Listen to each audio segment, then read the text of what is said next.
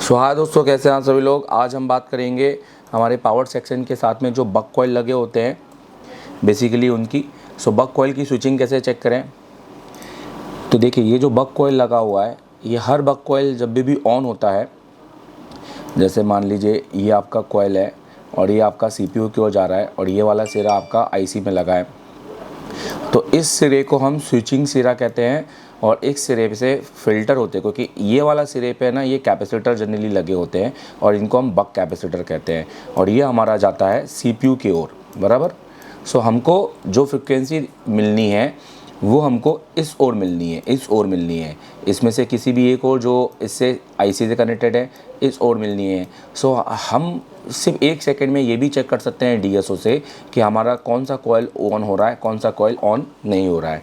पर पहले मैं आपको थोड़ा सा इसकी डिटेलिंग दे दूँ। पहली बात तो आप ये समझ लेना कि आपको नॉलेज बहुत होना चाहिए, आपको डायरेक्ट सेक्शन का नॉलेज होना चाहिए। क्योंकि अगर आपको नॉलेज नहीं है तो पहले आप कोर्स को सही तरीके से पूरा अटेंड कीजिए। अगर आपने हमारे से कोर्स नहीं किया तो ऑफलाइन आके हमसे कोर्स अटेंड कीजिए, क्योंकि आपने हमसे कोर्स किया तो आप ये बग के बारे में आज काफ़ी अच्छे से जानते होंगे। अभी कैसा है, तो अभी हम यहाँ पर प्रेग्माफिक्स का ये बोर्नियो का यूज़ कर रहे हैं। और हम अभी आपको बग सेक्शन को थोड़ा सा एक्सप्लेन करते हैं। तो मैं आपको यहाँ पर दिखाना चाहूँगा, एक जगह मेरा लेआउट है और एक जगह मेरा स्कीमेटिक है। तो पहले मैं आपको यहाँ कोयल पे ले जाता हूँ।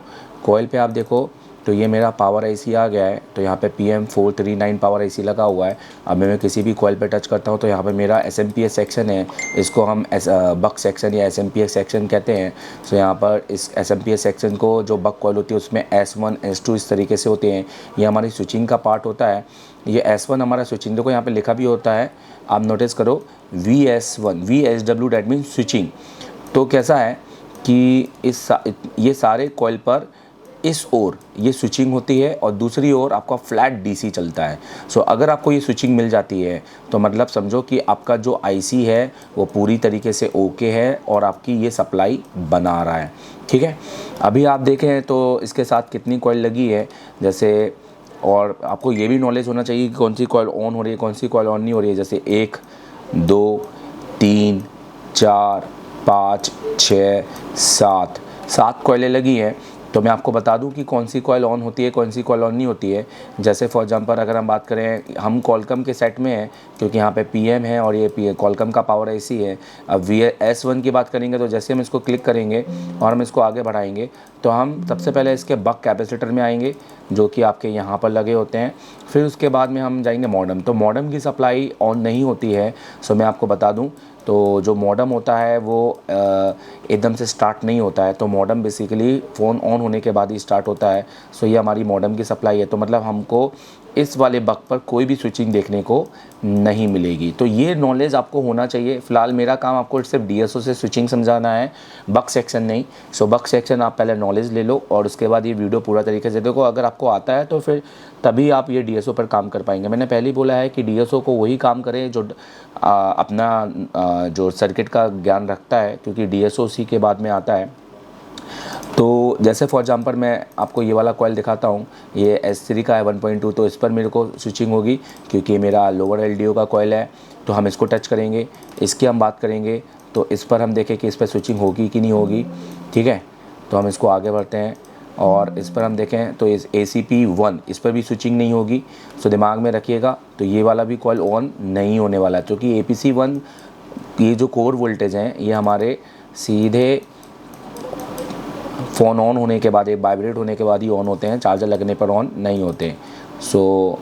ये वाला कॉइल अगर हम बात करेंगे तो ये दोनों कॉइल हमारे ऑन नहीं होने वाले हैं। फिर इस कॉइल की बात करेंगे तो इस कॉइल पे हमारा स्विचिंग होने वाली है। और ये कॉइल हमारा कौन सा होने वाला है, PLL। तो ये कॉइल पे स्विचिंग हो जाएगी। फिर इस कॉइल की बात करें तो इस कॉइल पे भी स्विचिंग हो जाएगी हमारी, क्योंकि ये हमारा अगर कॉइल की बात करें तो कोर की है, ठीक है। ये वाला भी मैं आपको यहाँ पे बता ही देता हूँ। तो ये पूरी तरीके से सर्च नहीं किया था मैंने। तो ये वाला कॉइल आपका मेमोरी का है, तो यहाँ पर भी वो स्विचिंग हो जाएगी। और ये वाला कॉइल पे भी स्विचिंग हो जाएगी, क्योंकि यहाँ पे वैसे ही 2 वोल्टेज आ रहे हैं। मतलब ले दे के आपके किन किन कॉलों पे आपको स्विचिंग देखने को मिलेगी। तो एक इस पर, एक इस पर, एक इस पर और एक इस पर, बराबर। आइए अब एक बार आपको प्रैक्टिकल करके दिखाते हैं कि स्विचिंग कैसे होती है और आपको कैसा दिखाई देता है। सो देखिए, हमने यहाँ पर DSO सेट किया है।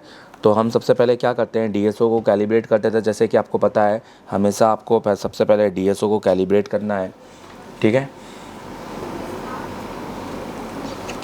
एक सिरा ग्राउंड पे और एक सिरा यहाँ पर टच करना है।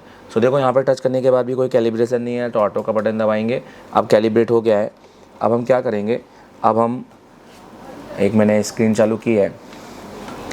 अब हम यहाँ पर ग्राउंड दे देंगे, जो कि हमारा ये सिरा होगा। तो हम अपने RF केबल पे ग्राउंड दे देंगे।